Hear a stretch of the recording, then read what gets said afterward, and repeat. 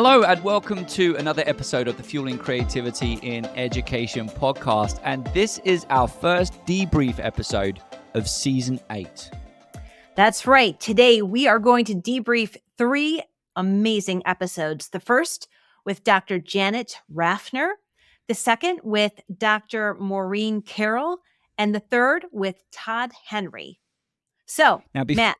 Before we debrief, Cyndi, Mm-hmm. I thought we should probably just reference the fact that this is our first YouTube debrief as well, which is why, I understand some folks are listening just on the audio, but if you are joining us on YouTube, that's why we've got these green screen backgrounds. And because we are releasing this for the first time on YouTube, and there's the possibility that we are interacting with listeners for the first time, why don't you share a little bit of information about the concept of our debriefs and how they fit within our seasons? So what we do in our debriefs is after 3 episodes, Matt and I get together to talk about the episodes and our key insights we've had after we've actually conducted the interviews. So if you're watching us on YouTube, we encourage you to go to our actual Podbean page at the Fueling Creativity and Education podcast and listen to the episodes. But if you just want the good tidbits, then come on and listen on, because we are going to cover what we gathered from these 3 great episodes. All right, so absolutely. They're typically relatively short episodes. We kind of offer a brief summary of them, and then we talk about what we got from them. And that's a big part of our Bridging the Gap. So we've got the podcast. It's referred to as Fueling Creativity in Education, and our tagline is Bridging the Gap. And it might be that some of our audio listeners aren't aware of that, but we reference Bridging the Gap because we kind of wanted to bridge this gap between what we see as research within the field of creativity and also what we see as practice, application of some of that research in classroom environments. So, Matt, are you ready now to get started? Now I'm ready to get started after that intro. Absolutely. All right, great clarification. So let's talk about Dr. Janet Rafner, who is from Denmark and works for the Center for Hybrid Intelligence as a researcher in creativity and artificial intelligence. So what was your biggest insight with that, Matt? Well, I was, first of all, really excited to have Janet on the show because Janet, has published a few articles around creativity and AI and creativity and generative AI specifically over the last 12 months. But she's so knowledgeable. Her background is in human-computer interaction and creativity assistant tools. And I thought she did a really good job of distinguishing the difference between this idea of computational creativity and co-creativity.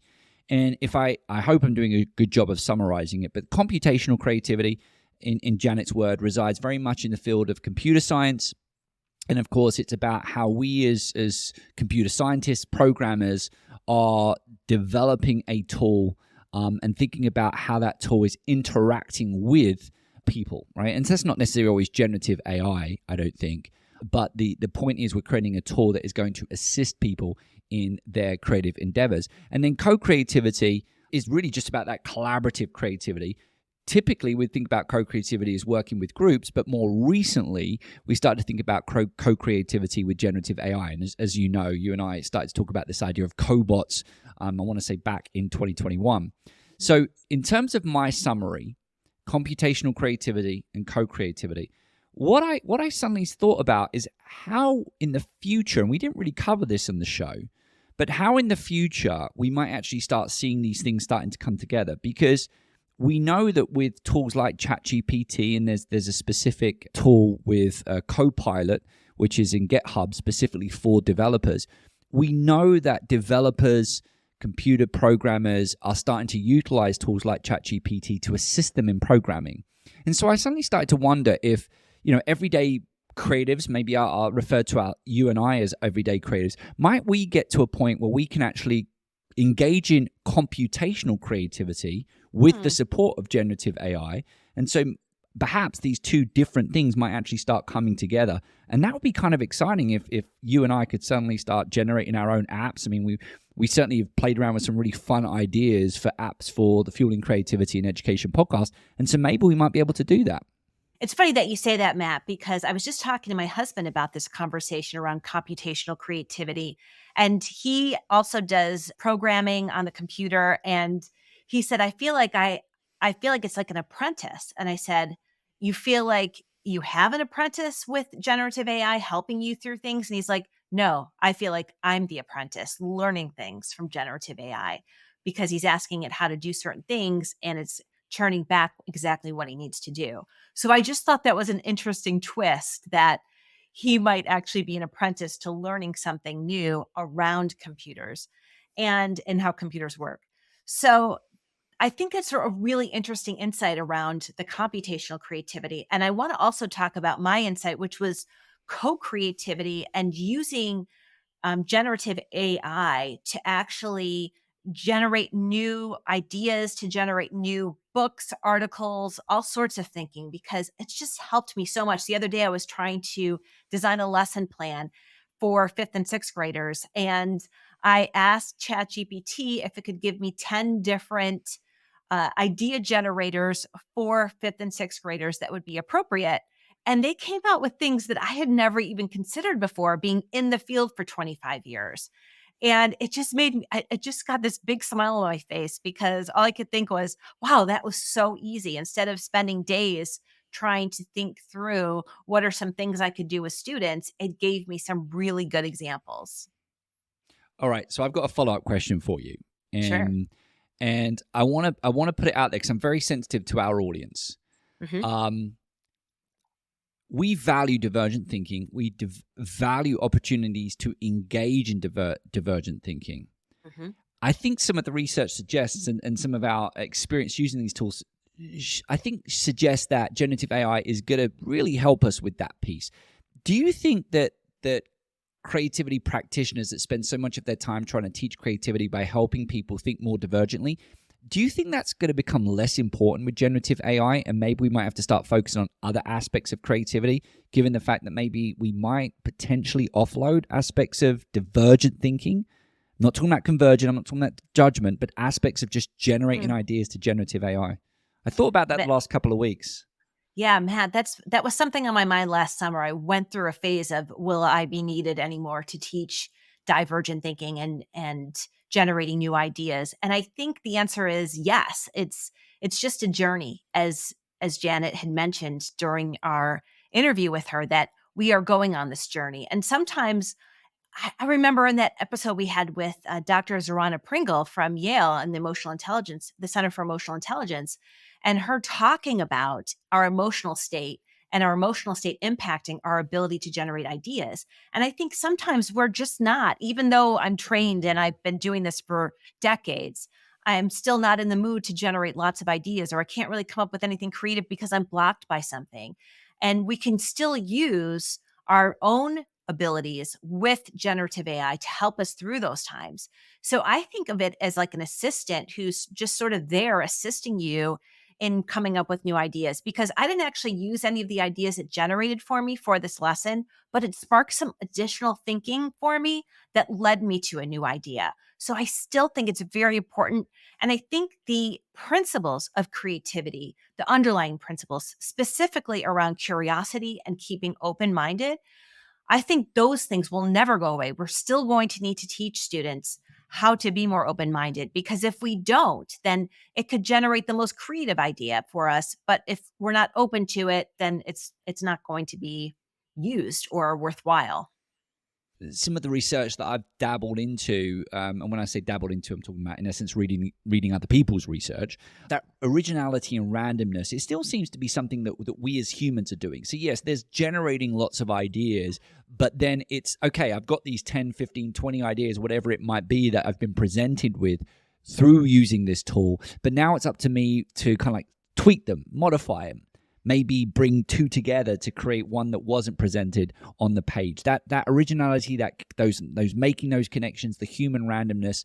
My initial thinking is, yes, we still need to try and continue to facilitate that. And I think teaching divergent thinking does a really good job of that. Hmm. So now, Matt, let's transition into our next interview with Dr. Maureen Carroll. And she's a consultant who works on professional development with educators. Do you remember that conversation? I do, yep. Now, the one thing that struck me about that conversation, and actually the reason why I wanted to bring her on the show, was because she hosts creative residencies for teachers to come and go into a space of quiet, into reflection, into creating, painting, dancing, improv, and how restorative that is for teachers. And that's just something that I really relate to as a creative human, that I need that time and space to just make or create, because it is healing for me, as James Kaufman had mentioned to us, that there's a restorative piece to it. And when teachers are really burned out, that having these practices, these expressive practices that they can touch on and utilize, that will restore their energy levels and their motivation levels to be better in the classroom. Yeah, I remember that episode. And, it's one of these things that I keep reflecting on, because I find myself sometimes saying, okay, I certainly value promoting and engaging open, random creativity that's for teachers that might not always be connected to the classroom environment. And I think some of the activities that Maureen was doing, I was kind of saying to myself, all right, is there a connection here to the teaching and learning space? And I wasn't always sure whether or not there was a connection. And so then, if I'm honest with you, I sit there and I'm saying, okay, well, I'm an administrator in that moment. Am I realistically going to prioritize time to that? But then I started to think a little bit more along your lines, and I started to think about burnout. And sometimes you actually just need to be disconnected. And maybe we should actually prioritize more time in the year for teachers to just go and interact together as a community. Maybe it can assist them in their communities of practice, which we know becoming a big part of professional growth at schools. But it doesn't have to be connected to the teaching and learning environment, because it's about them. It's about restoring their energy. It's about helping them connect to their creativity in any way they need to or can do. And then hopefully through that, by coming back with our batteries recharged, coming back with our creative juices refueled, then we're more likely to bring creativity back into our classroom environments. And so when I looked at it from that perspective, I said, you know what? I think these creative residencies are really exciting, and maybe we should be doing a lot more of them. I also think it gives teachers sort of the understanding of the benefits of spending that time and space to sort of disconnect and reflect and create and express themselves, that they understand the benefits of just doing that, not for the end product, but for the process and relaxation that comes with it, and the mental health benefits that come with creating. And so I think it's an interesting way to introduce teachers into the world of creativity when they really don't understand what the benefits might be. I'm sure you've had a lot of teachers that you've worked with who have said, oh, I had this art teacher when I was in high school and I realized I'm just not creative. And it's like, okay, that's not what we're talking about here. We're not talking about painting something perfectly. What we're talking about is thinking, and thinking in different ways, and being able to express our ideas and have ideas and keep open to new ideas. So I think there's also that benefit as well. Yeah, I mean, the more you're talking, the more I'm really kind of getting sold on this creative residency concept. And actually, in the interest of privacy, I won't share her name, but a teacher I worked with, I want to say about 18 months ago now, one of the things that she had said to me was that we never get time as teachers to think about our own creativity. And they felt that through the residency that they had with me, they had that opportunity to have that time. But it was such a powerful statement. We as teachers never get the time to focus on our creativity. And I remember when she said it, she was passionate. She was like, our creativity. I remember her hands came over and she was saying, our creativity, my creativity. It was a desire. I need to focus on my creativity just as much as I need to focus on facilitating the creativity of my students.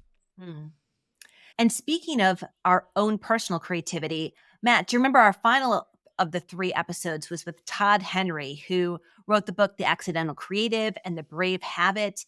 And he talked to us about bravery. And I thought this was a really interesting concept to think about in relationship to the classroom, because I think it's hard to be creative in the classroom. I think you have to be brave in order to be creative in the classroom, because you don't know necessarily if it's going to work. You don't know if your students are going to respond well to it. You don't know how other teachers are going to look at you. I know recently I spoke with a teacher and she said, I'm doing all these creative things, but I'm so afraid that people are going to walk in and see, because I think they're going to look at me like I'm crazy. And I'm like, you're not crazy. This is like amazing stuff, but it's different from what other people are doing. So leaves them feeling sometimes vulnerable about being creative and doing creative things with their students. Yeah, and you know what? That comment. I mean, I've got one follow up, but that comment right there gets me thinking about our episode with Laurent McBain and Ron Beghetto when they were talking about my favorite failure and the emotional aspect associated with failure. And in essence, you know, we had spoken about this in the debrief, the difference between maybe a mistake and failure being kind of like a social experience where there's kind of repercussions and you feel like you've been exposed and you feel embarrassed. And I think that there is an element of when we try something new in the classroom environment, we are worried about what's going to happen based on perhaps how I might look to my students, how I might look to my colleagues. And that does require a level of bravery. And in addition, another level of bravery is needed when you have experienced that failure, but you want to go back and try it again, right? So you don't give up. All right, so this crashed and burned. And therefore, if I do this again, a lot of people are going to be asking, why am I doing this again? And a lot of people might be saying, might already actually now have negative views of this experience. But if I believe in it enough, then actually we know through things like design thinking, we require some iteration, right? So you might have that, oh, I know how I can make this better, but you still need to be brave to go in and make that modification. So I totally agree with you. I think bravery is a big part of teacher innovation in a classroom environment. And I'll add one more thing to that as well, Cyndi. Sorry. The other piece is, you know, we'd referenced just before we recorded, one of the things we liked about that episode is this idea of bravery as a choice. Yes. And, you know, it's a choice we typically might have to take within a moment. And I was almost going to bring this up with creative residencies. When is the best time in the year for this? But likewise, when is the best time for you to be brave? And I keep working with this because, as you know, within my space, I typically talk a lot about the idea of creativity or innovation despite constraints. And I work with teachers and I was getting to think a lot about constraints. And the time, the academic calendar, all of those things represents constraints in the environment. And I certainly know that there are times in the year where I have the capacity, the ability to be brave. You was talking about this idea of having the space to think and be creative. There's times in the year where I have that, and there's times of the year where I'd say I don't have that. So just to throw this concept back at you, what do you think? Are there times of the year? Are there certain moments where it's more likely it's better for us to make the choice to be brave, and then maybe other times where we're like, hey, you know what? This isn't the moment to be brave. That's a great question. I think we have to think about what's most important to us as educators and what our goals are. And sometimes we get caught up in things and emotions that aren't really going to help us move forward, help our students move forward. So I think it's about making good choices in terms of what are you willing to be brave for and why, and really clarifying that with yourself to say, when do I need to be brave and stand up for this? And when should I not? When is it not really worth it for me and my students? Because I think sometimes we use up all of our energy for the wrong things. And so for our listeners out there, what I would recommend is really looking at those things that you want for your classroom that takes courage, that takes bravery, and say, is it worth it when that moment comes for you to stand up and say, this is what I need, this is what my students need? Or is it not really worth it because of something else happening in the system, that it's going to cause too much turmoil? So I think it's sort of a polarity that you have to manage, right? So you want to make sure that you're using your energy for the right thing. So that's what my recommendation would be. What would you say? Well, I would say, and I could be wrong, but I know you've been reading Arnold Schwarzenegger's book, Be Useful, and I actually just finished that book this week. And so that sounded very similar to some of the things that he had referenced, right? Yes. Right. But it's true, right? Like we what's our goal, right? What's our mission? And does this align with our mission? And I think that the moments when we've got a choice to be brave, you know, I think maybe you're right. I think the big piece is energy. You're exerting energy, right? And so make sure that where you're exerting that energy is going in the place that you care about, that's kind of meets your goals, and it thinks it's ultimately kind of moving the needle forward in terms of the teaching and learning that's happening in your classroom. And Matt, since you brought it up, so be useful. The 7 tools that Arnold Schwarzenegger wrote about. By the way, we can talk about this now because I doubt we'll be able to get Arnold Schwarzenegger on our podcast. But if you know him and you think he might be interested, please let us know. We'd love to make that connection, because I did finish that book based on a recommendation from a friend, and I absolutely loved it, because one of the things he talks about, and has really shifted my thinking much bigger, and I think I'm a pretty big thinker, but what he said is, when you have a vision, crumble it up and think bigger. And I think that takes a lot of bravery to do, to say, you know what, it's not good what's happening right now. I'm going to crumble this up and I'm going to make it bigger. I'm going to make not the mess bigger, but the vision bigger. And just thinking in that way about your students, to say, like, what do I want for my students? Now I'm going to think even bigger for my students. How exciting that feels, and how much it motivates people. So yes, I also recommend that book. Well, just for the record, it sounds like you kind of like need to think bigger, right? Because why can't we go reach out to Arnold Schwarzenegger's PR folks, right? Seems to be really engaged with the community. Ask if we can go down, record a special in the same way we did a special with Howard Gardner, right? Yes. And go through the book and have a conversation about how the book might apply to teachers in the classroom environment. Let's do it. I'm a big talker. I don't think I'm gonna do that, but you know what? Oh, I will do it. I think you're right. Yeah.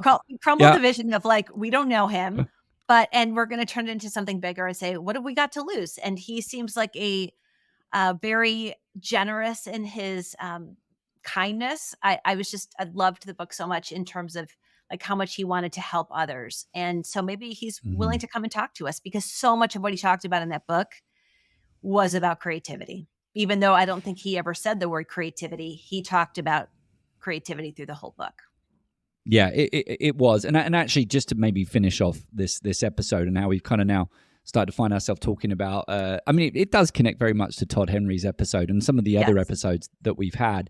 I think what I would say to teachers is this idea of go bigger, right? It's not necessarily go bigger in your classroom, with the idea sometimes. Sometimes it's a case of, all right, you're going to share it with colleagues, but why not go and put in a proposal for a conference, right? Why not go and build a website around what it is you're doing in the classroom environment? Why not go and establish a podcast? Why not reach out to Cyndi and I, right, using the email questions@fuelingcreativitypodcast.com and say, hey, I want to come on your show and I want to talk about this awesome thing that I've developed for my classroom that I think facilitates and promotes creativity in students. So I think every single one of us in teaching and learning have the capacity to go bigger. It's not necessarily about going bigger with the idea. Sometimes it might be going bigger in terms of sharing the awesome creativity that we're doing in our classroom environments. And being brave. Because we may say no. Yeah, maybe a conference proposal is not accepted. I don't think you and I would say no, but you know what? Be brave. Yes. And to give you a little teaser, not only did we do the brave habit this past 3 episodes, but the next 3 episodes, you're going to hear about the fun habit. So stay tuned to next week when we talk with Dr. Mike Rucker, who wrote the book, The Fun Habit. So my name is Dr. Cyndi Burnett. Wait, no, before we go, we got to keep doing this, right? Because remember, we set the goal. We got to go bigger. We set the goal that we wanted to double the number of subscribers. Yeah, we want to double the number of subscribers before the end of 2024. So if you are watching us on YouTube, this is great. We are still learning YouTube. We've got the green screen growing. I'm sitting here. I'm like, oh my God, this might not even work. So we're totally experimenting with the green screen today. If you're listening to the episode, go subscribe if you haven't already. Please help us promote this podcast. Get it out to your friends and colleagues, because I do think we interview some great people who've got some great ideas on how we can help creativity in education. All right, so now, Cyndi, we can end. And my name is Dr. Cyndi Burnett. And my name is Dr. Matthew Worwood.